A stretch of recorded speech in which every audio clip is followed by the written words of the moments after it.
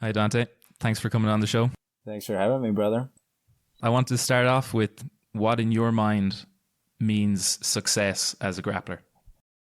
Honestly, it depends what you're looking at. I mean, if you're looking at as far as a competitor, it's pretty simple. I think is reaching your potential. I think a lot of people always say that they want to win this many titles or that many titles, but at the end of the day, it's just kind of like what your potential is. If you're putting all this pressure on yourself, all these like goals and everything, and you might be missing the whole boat, like, to begin with. If you live up to your potential, what's going to happen happens, So I think that's the biggest one for a competitor, but I really don't know. I know a lot of people have different goals as a grappler. Some people just have a goal to get to a black belt. Once they do, it's almost like they don't train anymore, you know what I mean? So yeah, I guess it just depends what you do.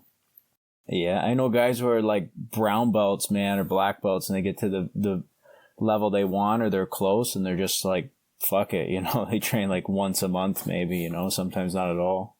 That's actually similar enough to the way I would think about it as well. But then I always feel if I'm not living up to my potential, I might feel, not let's say insecure about it, but I would always be worried if I was doing something that was not really what I should be doing.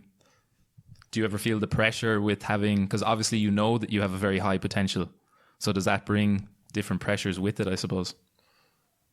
I mean, it does for sure. I mean, sometimes you always have to have kind of like an inner battle with yourself, whether you deserve to, am I this good, or am I actually, doing what I think I should be doing, all this stuff. If you lose a match, it's like, it's always a little bit devastating, but I mean, at the end of the day, you kind of have to look at this thing as a long road, so kind of having to know where you see yourself finishing out and then making goals back from that, So at 25 years old, you have like your main goal of like what you want to have at 40, let's say, and then you kind of just backtrack and make other goals through that. So that way you don't ever look at something like if you miss something or you're not where you might have seen yourself, or the result doesn't come that you could, that you hope for, that you trained for.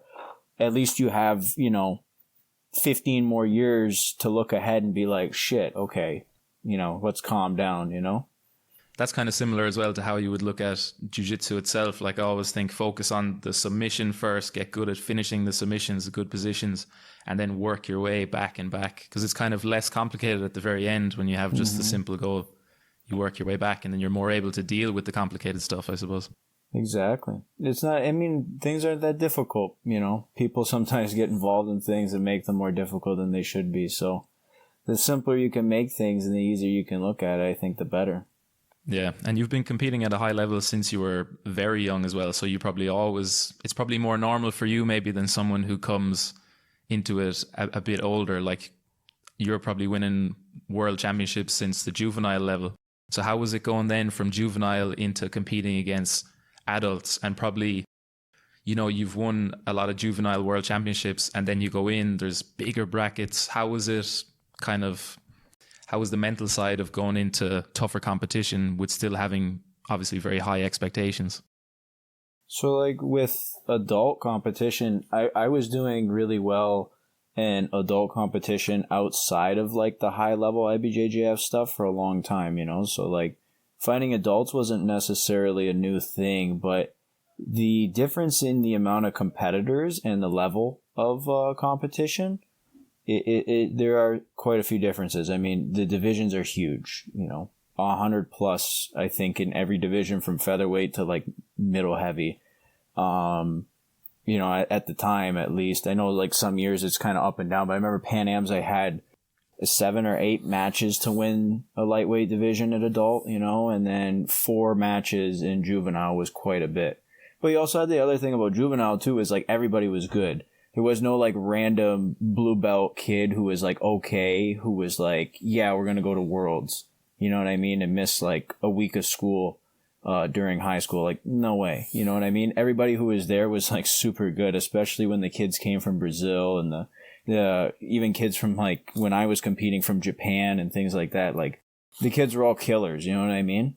Yeah, I always thought the juvenile, if you think about it, it's actually more legit winning juvenile blue belt worlds than winning blue belt adult worlds. That's not to say it might be harder or not, but at the time, it's actually the best young people in the world because they couldn't be ranked higher than blue belt, if you know what I mean. Yeah, exactly. So I always thought it was actually more legit than people would have thought. So like I was one of the first years, like I won American Nationals at adult blue belt in the open class when I was 16. And then my idea was like, oh, cool, I'm just going to go compete at adult from now on, you know what I mean? Yeah. And I didn't. I couldn't. The IBJJF said no, you know. I don't know what the reason was, but they said no more juveniles competing in the adult division. So that kind of was like weird because I kind of got held back a little bit, you know, and it was hard to get the motivation again because my motivation was kind of like really excited to compete always against, going forward. To compete against those guys, you know what I mean? Like I just wanted to see what would happen. I didn't have too much pressure on myself. I was just a kid, and then you have to sit back and compete at the juveniles, and you're like, oh man, you know, I already won at adult. I don't know if I like so you had to hype yourself up to do it. And I remember that year was crazy at Worlds, man. I mean, like the amount of kids that were in that division that we've ended up going to black belt and having success in competition. You know what I mean? It's crazy, man. It's crazy to see. Crazy.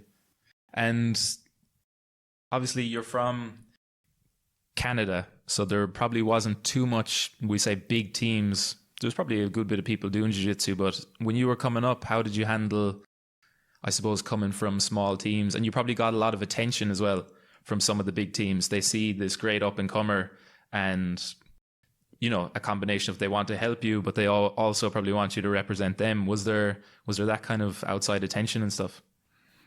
Definitely was, man. Definitely was. I mean, that was when jiu-jitsu was at a time that and now I think it's easier if you're from a small team. Now I think it's easier if you're from, you know, not like a head gym or anything. If you're from like a smaller town, you're kind of in like my situation or your situation when you started out for that matter. I think now it's way easier because there's just so much more available. There's just so much more jiu-jitsu available to people. Jiu-jitsu has really grown. Jiu-jitsu has really evolved. Back in my time, it was like we all thought you had to be on like a big team, you know what I mean? And I think I was one of the ones who accepted the fact that I didn't need to be and kind of realized and started to do things differently. But even then, things suffered, you know what I mean? So yeah, coming up, there was always kind of that interest from like different teams and things, and there was the interest from me about bigger teams and things like that. But when you're young, you know, I was in a situation. I'm pretty thankful for my parents for this, you know. They made me finish school. I did try and go to university. I didn't do great, you know. I wasn't at a time, you know, honestly, I wasn't at a time in my life where I thought it was good for me to go to school, and it just wasn't a successful thing, you know. So wasn't ready for it. Still had something to accomplish in jiu-jitsu and ended up committing all the way to that, and it's been great ever since. Yeah, it sounds very similar to a lot of the things that I've kind of had going up. So had a small team, had to travel a lot, kind of had to, I was always nearly surprising myself with how much I was improving, because obviously you don't have that much expectations at first. And yeah, pretty much the exact same with university as well. Did a couple of years and then realized, well, I'd rather be good at one thing instead of okay at two things. And yeah, I haven't really looked back since, but I just remembered actually as well, the first time we met, this just reminded me because of all the talk of winning juvenile championships and all the attention when you were young and stuff. But it was in Miami for probably Adcc camp 2015. I think we were both purple belts at the time. Been a purple belt maybe a year and a half. It was just before I got my brown belt actually. And I was probably one of the better purple belts at the gym, let's say. You came in, we were doing the sparring and stuff, and one of the coaches came up to me and was like, I'm going to put you to roll with another purple belt guy. He's good. So he was kind of telling me like, go hard, like don't be a pussy and defend the house a little bit. And I was like, I thought I was great. I was like, yeah, I felt amazing. Like he had picked me out. It meant you were good if you were chosen to kind of defend the house. Yeah. And then I see Dante across from me and I'm like, oh yeah, he looks tough. And like, you were probably a little bit shorter than me, but I didn't realize that you were actually probably a good few kilos heavier than me, and let's just say the round wasn't very easy for me. And I was wrecked after it because I tried so hard, because I could feel the coach's eyes watching me. And I went over to the side of the mat to John, our friend. All John said to me was, I've seen him in Gracie Mag before, don't worry. So what was the story behind getting in Gracie Mag and all that stuff when you were probably pretty young at that stage? You might have been maybe 19, I'd say. I think the first time I ever got mentioned in Gracie Mag was when I first won Juvenile Worlds when I was 16. I won the open class of Juvenile 1. And I think that's kind of what propelled me into that, I'm pretty sure, you know. After that, I think it'd be the American Nationals. And then my sponsor, Origin BJJ, was my sponsor. I had like a picture in there, kind of that. I think that's the thing that people remember me from most, because I was kind of like modeling a gi, you know. And whenever I shave my face, I think I look the exact same I did, you know, when I was younger. Like, I just have a baby face, man. So I think people recognize me from that. But you know, that was like a life goal back in the day about getting in Gracie Mag. There was hardly any jiu-jitsu media back in the day. If you were in the background of something in Gracie Mag, you were like jiu-jitsu famous. I used to go to like the gyms, and if they had Gracie Mag, I'd just like grab it and rifle through it. Like, you know, look at every picture, read every article, find somebody's name who I hadn't seen before, and like go and look that dude up on YouTube and see if he was good. You know what I mean? So yeah. Gracie Mag was like, people don't know because we're still like a young generation, but we used to use that thing like the newspaper, man. You used to go in there to find gyms. You used to go in there to like see locations and tournaments and all kinds of shit, man. They even had techniques in a magazine. Imagine learning a technique from a magazine. It had like split up into 10 pictures and like, I don't know. I'm imagining a white belt trying to figure out how to do this technique from one page in a magazine, but sure, fair play to them. They were selling a few copies of it. Oh, they were. Growing up in Canada as well, you must have played hockey when you were younger. Yeah, I did, man. I did. I played hockey. That's good training for fighting in itself, but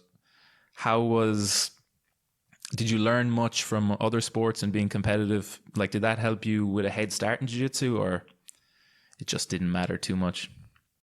I was kind of, I don't want to say that, like, I was never, like, the best at something when I first started it, but I was never really that bad. Like, I could do everything pretty well. Like, I'm pretty gifted athletically, you know what I mean? Like, things come up, what I see, like, a little bit easier to me almost, but I never really, like, committed and excelled at anything. Did you ever think you wanted to be a pro hockey player or anything? Yeah, I mean, everybody has that thought because you start playing at a high level, and then you think, I'm going to be playing in the NHL, or I'm going to be doing this or doing that. You know, that's always a thought, but I think I just got a little more real with myself a little sooner. I think some people kind of hang on to things a little too long, you know, hang on to shit too long, not knowing when to let go as far as sports go.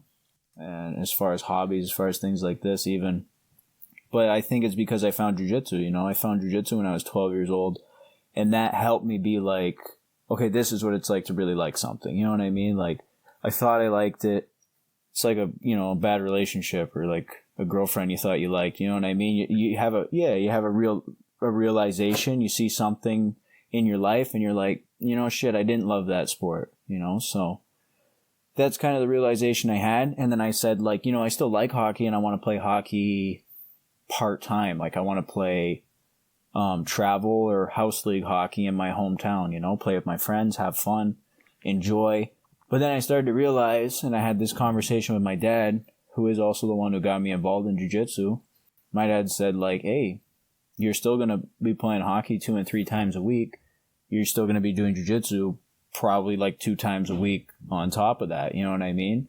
So, like, you're not going to be able to train all that much, because when I didn't play hockey that summer, I was like, you know, fucking train every day and go to 5 classes a week. You know what I mean? Like, whatever, drill at home, watch jiu-jitsu and everything like that. Like, hockey wasn't even a thought. So I realized, like, man, if I'm going to put as much time into hockey and take away from jiu-jitsu. I don't want to, you know, so I quit altogether. I literally haven't played a pickup game of hockey or anything since I was 12 years old. And would you still be able to skate?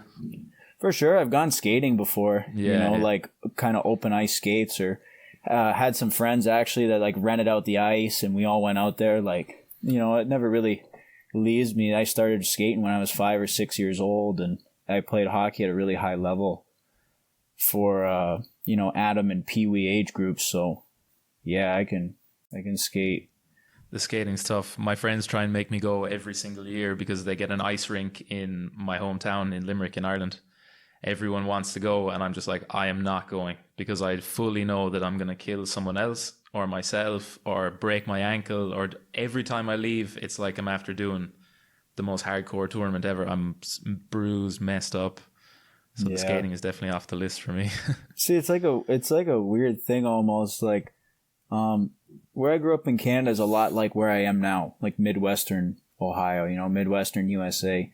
And hockey's big here, we have winter. It's cold. There's a lot of snow on the ground, a lot of ice, and this is a big hockey region. I mean, a lot of places here play a lot of hockey, have a lot of AAA teams for kids, and a lot of professional hockey teams in the bigger cities. So when you start to get out like in Florida or something like that, and you start to put, ice down and have people skating, you're going to see a lot of people who don't really know how to skate. It's not going to end well.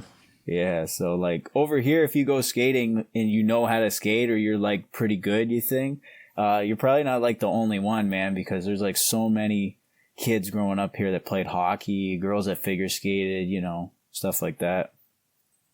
And do you ever miss anything about like the team sports environment? Or because myself, sometimes I would be a bit jealous of people who are, let's say, professional players in not so much just team sports, but people that are part of leagues where they get to compete every weekend. And it's like, sometimes I feel jiu-jitsu, you compete a few times a year and they're all really big events and there's a lot of pressure and everyone is really tuned in to whether you win or lose. And, so sometimes I would wish to have that like team environment back where you're competing every week, you're kind of working towards a championship. And do you ever feel like you wish something like that would be in jiu-jitsu, or I suppose you just embrace jiu-jitsu for what it is? Well, yeah, I mean, if you do jiu-jitsu, you got to kind of embrace it for what you got here and now. But I do miss some things about a team sport. I do miss the things about a team environment. I miss the camaraderie team sports have. I mean, people can say whatever they want about their jiu-jitsu and their teams and everything, and it could be true, but people don't really know what it's like to be like that, like with a team when you see those guys playing. If you want to stay on the subject of hockey, it's 82 games a year. You want to stay on the subject of baseball, it's 164 games a year. That's great. Plus training camps, plus all the tryouts, plus everything, that you're with the same people day in, day out.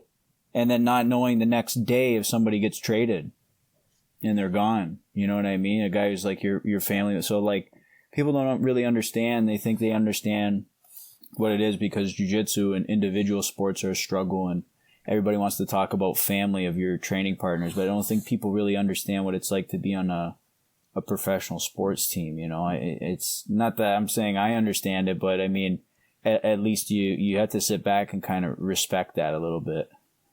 Oh, definitely, yeah. And like in Ireland, it's all about, like, all the big sports are all team sports. So that's kind of the thing that everyone, when you think of sport, you think of team sports, I suppose. But it's tough. It must be tough for them as well, being away from family. Like if you're doing over 100 games a season, I don't know how you do it. Like sometimes I think jiu-jitsu is a very kind of selfish pursuit, that you have to be selfish with it. But those team sports, they're probably even more so. I think we actually had a good conversation about this before, and you were giving me some advice about how to handle feeling selfish, let's say, with jiu-jitsu, because obviously going back to that thing of realizing you have a lot of potential, but especially when you're from, let's say, a small town, you have to sacrifice a lot of other things to try and make it, I suppose, and to try and reach your limits. And sometimes I'm sure most people doing that, they would feel a bit selfish. So, but I think you were just giving me good advice at the time to just look,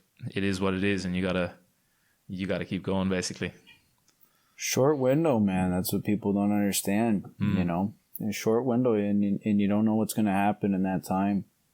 Like I said about the long goal and kind of reeling back down the line and making goals along the way, leading up into the present. You don't know what's going to happen, man. You know what I mean? And it's not a lot of time. You have a short amount of time that you have to dedicate yourself to this. You can't take the time off and give it to your girlfriend. You can't take the time off and party. You can't take the time off and do whatever and just do it later. It's not like school, you know. You could be 100 years old and go to school. Yeah. It's not what this is, you know. Professional sports, this way of life, you have a short amount of time to do it, and if you do it right, you can enjoy the rest of your life doing all the things that you missed before, you know. So that's the way I look at it. And I always, sometimes I feel bad, you know what I mean? And it's not like I feel bad for myself because, you know, I'm happy as a pig in shit doing what I'm doing, but, you know, sometimes I know people want to see me. Sometimes I know family misses me, or that certain people would do better if I was in their life more, or if I was there. And I do stay committed, and I do try and do the most of that I can. But at the same time, it's a selfish way of life, just like you said. Yeah, it was definitely nice to hear that at the time. It just kind of made me feel like almost, okay, I'm feeling this way is almost a signal that I'm on the right track, if you know what I mean. Like if I wasn't feeling that, then I probably wouldn't be doing enough at the time, you know.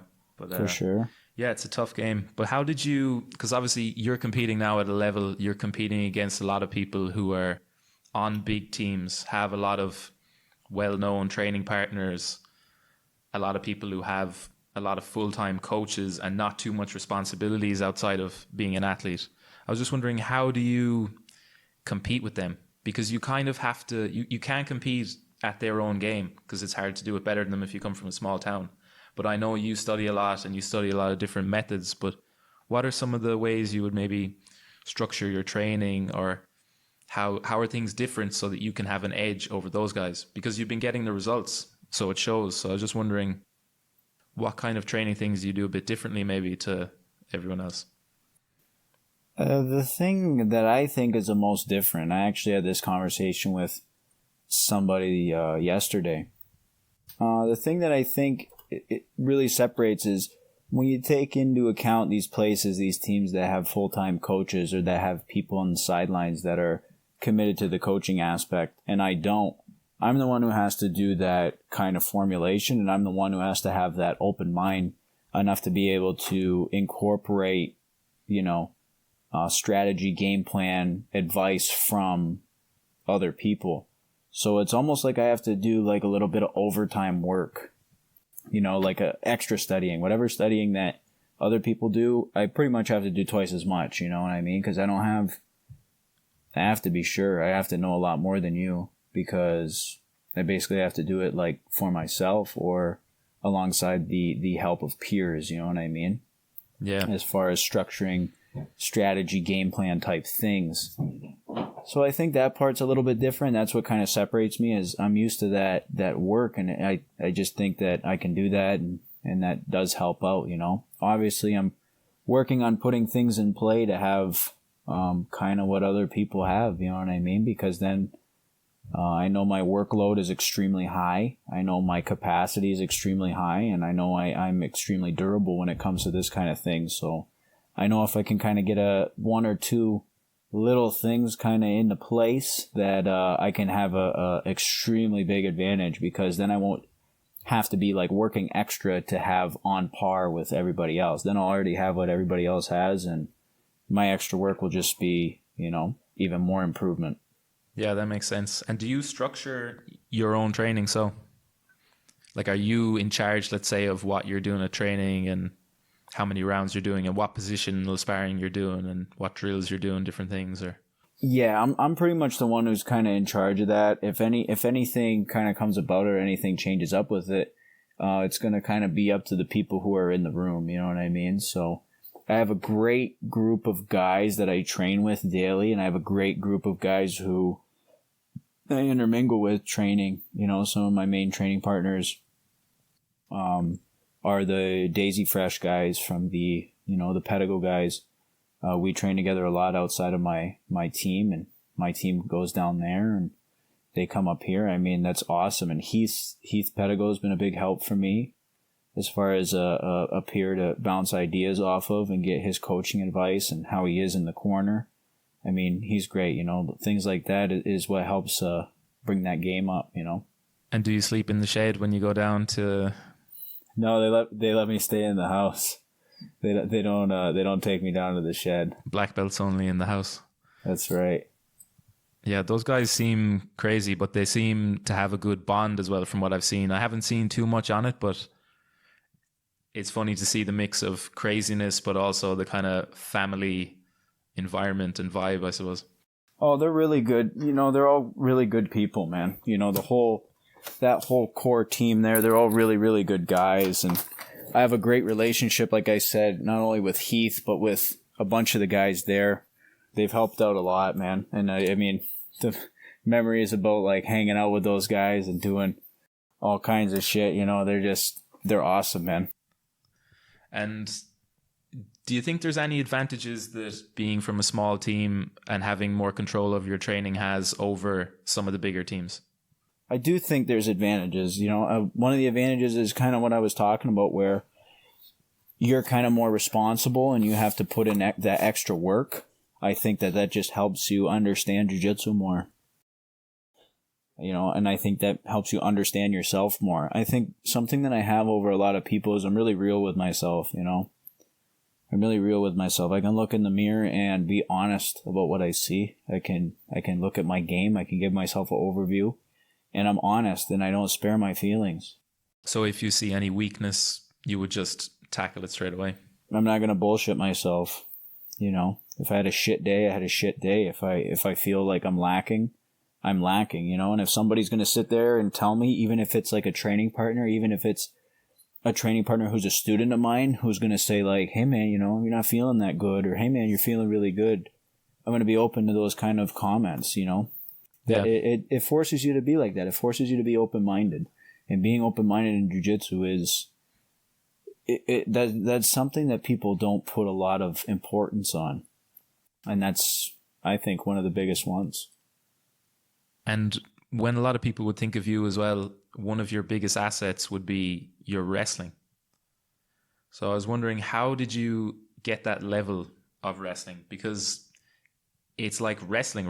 It's not like wrestling for jiu-jitsu. I know how to do a double leg and a single leg. Do you train with college athletes, or how did you get into that, and how was the progression with it?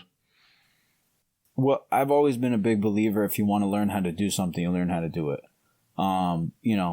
Judo for BJJ, jiu-jitsu for BJJ. I always hated that mindset because it was like, I came from a martial arts background. I came from a bunch of culture around martial arts.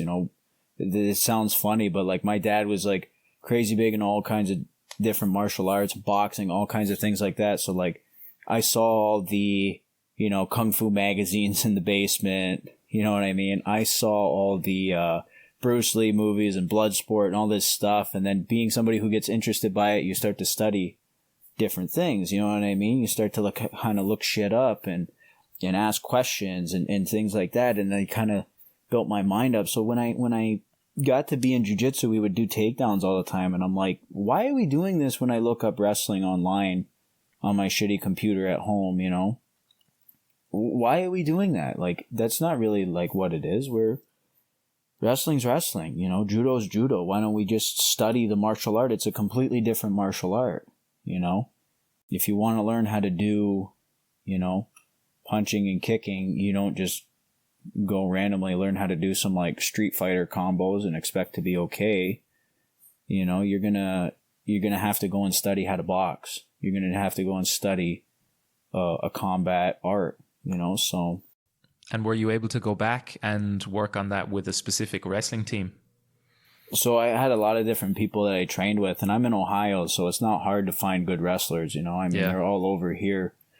And right now, I'm really fortunate to be kind of under a lot of different good wrestlers who have D1 college wrestling experience, Just to name a few, Lance Palmer, We're working together with Lance Palmer, Logan Stieber, a few other guys, Michael Pixley.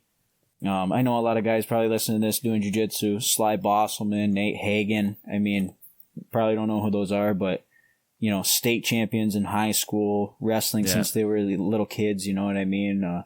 Some of them even world class. Logan Stieber's world champ. So, you know, I know that those guys know a lot. The people who are doing well in wrestling tournaments, I mean, they are really killing it because those brackets are huge. Everyone in high school is doing it. Like, the competition is very stiff. And as well, I only found out recently that if you have flow grappling, you have flow wrestling automatically as well.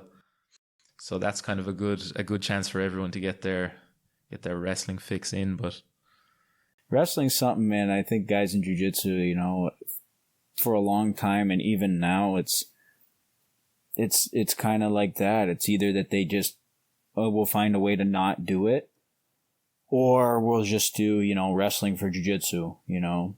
Basically, we just do, you know, single and double leg, and that's pretty much it. But we don't actually learn how to wrestle, because what people don't understand is, just like boxing and just like jiu-jitsu, if you don't know how to move your feet, you don't know how to move your hands, and you don't know how to stand, if you don't know how to move your head, just basic things that don't even require you really touching another person. We're not even getting into takedowns yet. You're just going to like forget all of that and go straight to like a takedown. You know what I mean? It's like not knowing how to hip escape. It's like not knowing how to do a break fall or forward roll or anything like this. Not knowing what a close guard is and going into jiu-jitsu and I'm going to teach you how to do a triangle. You know what I mean? It's like, yeah, cool, okay, you know it, but you literally know nothing else. You know what I mean? Like, you're gonna go to a party and be like, hey, like, let me show you something. No, you have to put like one arm inside my leg and do this. Like, you have to do what I say, otherwise I can't look cool. You know what I mean? So, that's the thing. And like boxing, if you don't know footwork, if you don't know how to keep your hands up, if you don't know how to stand, why you're not even going to throw a punch effectively? Like, you're not going to hurt anybody. The wrestling advantage showed a lot at ADCC, and especially against the match with Lucas Lepre.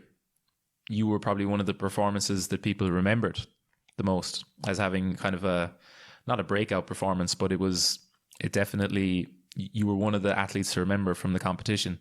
But then at the same time, being so close to the podium and just missing out, was it kind of bittersweet, or how were you after the tournament? Were you happy? Were you disappointed, or a mix of them both, I suppose?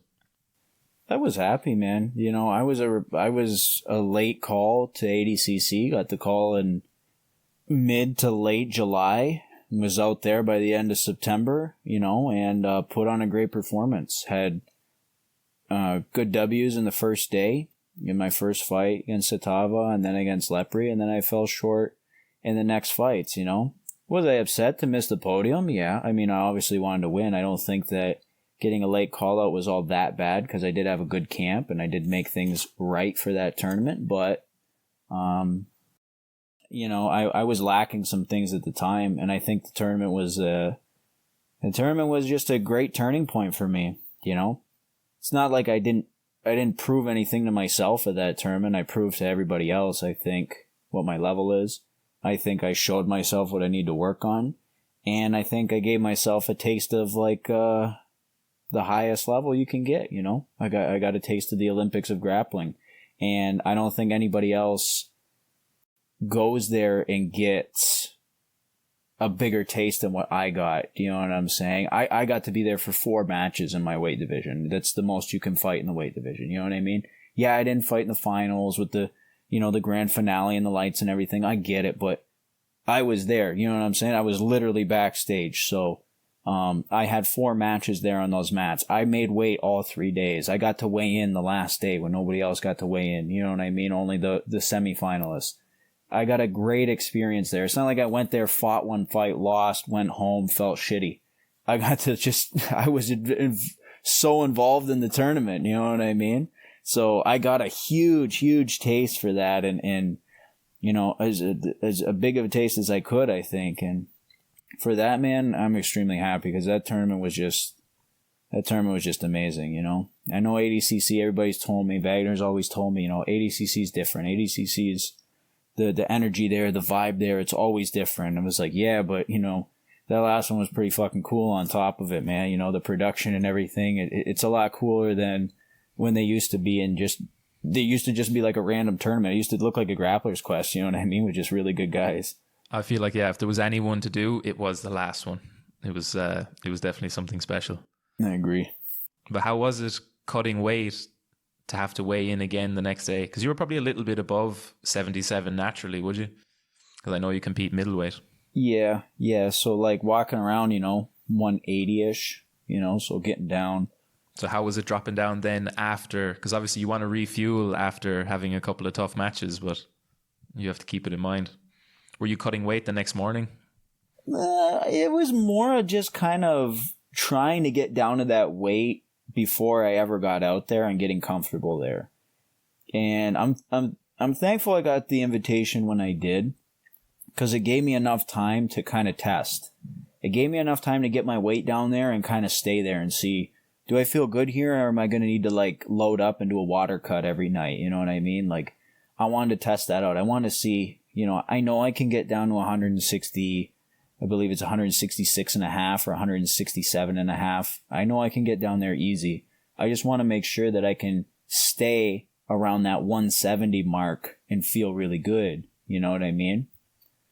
Obviously, I had some time, you know, about 3 months before the tournament that I could really test things out, or 2 months before the tournament I could really test things out. You know, 2-3 weeks at the beginning, got right down, felt great. Put on a little weight to finish out the camp healthy, and then cruise the last week and a half at that weight, feeling good, feeling fast. And then when I got out there, I wasn't really having to cut so much weight, as opposed to kind of having a quick hot shower, quick little steam to bed, and then get up early, make the weight, and refuel in the morning, you know? That definitely sounds like a smarter approach than some of the other ways. I saw a few people had to, straight after their matches on the first day, had to have a tiny little bit to eat and then go to bed early to get up and go to the sauna again, which would have been a killer, I think.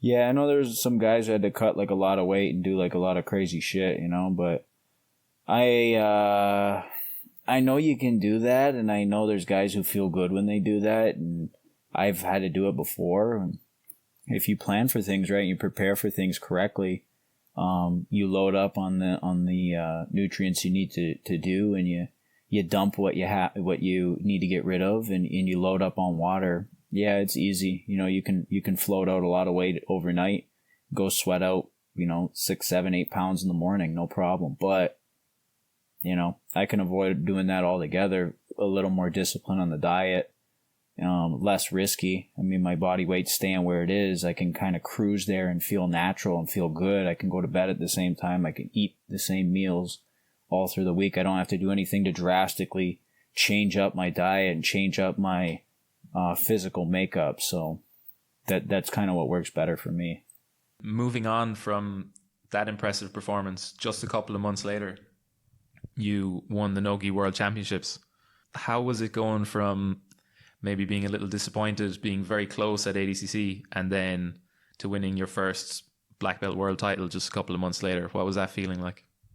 So after ADCC, I had like 3 super fights that I did.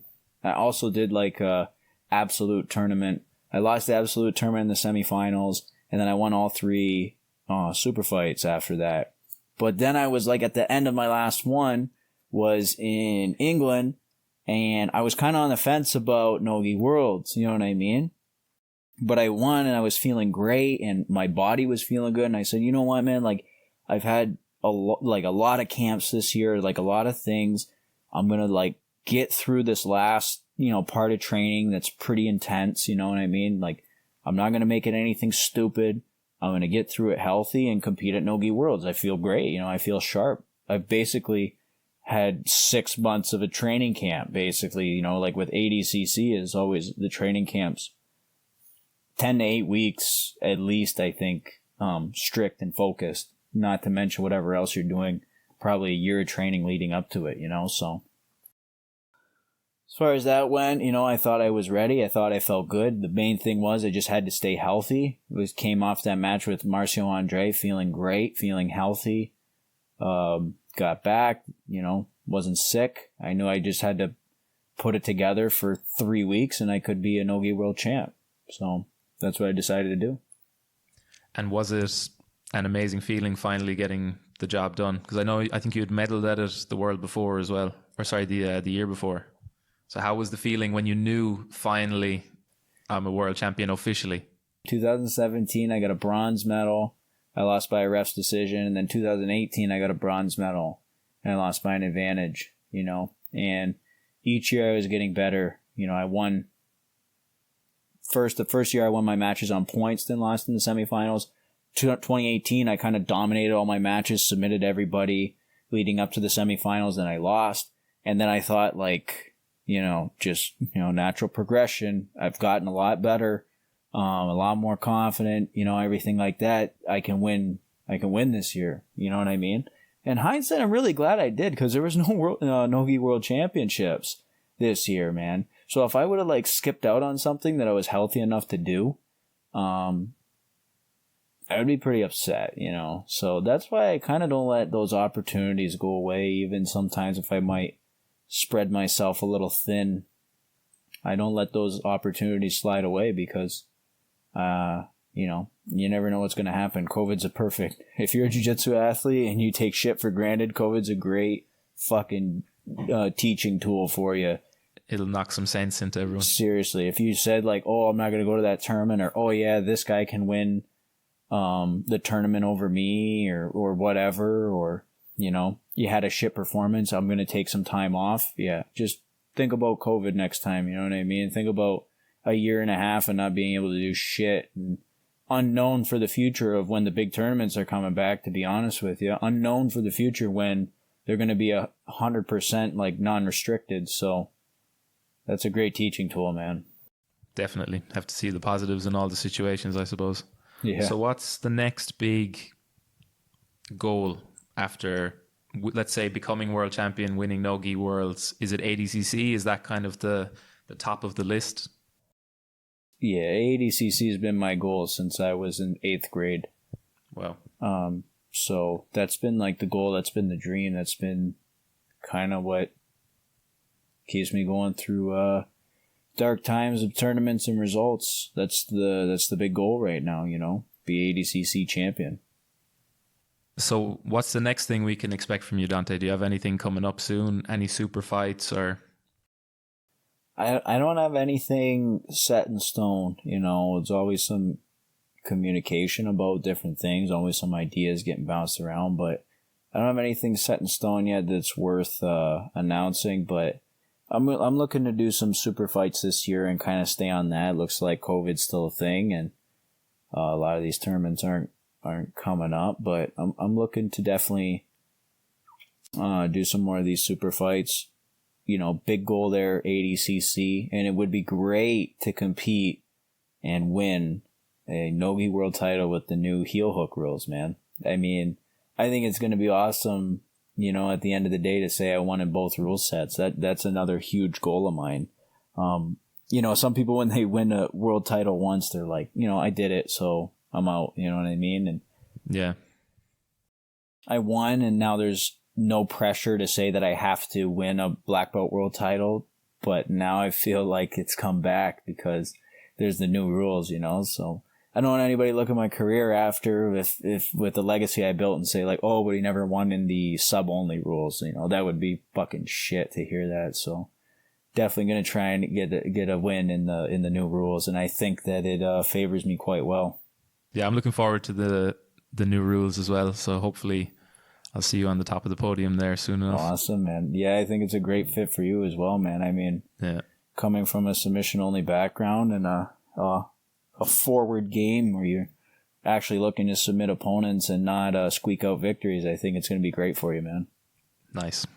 Well, thanks very much for coming on the show, Dante. It was great talking to you today. Looking forward to seeing you back on the mat soon, putting on some exciting matches.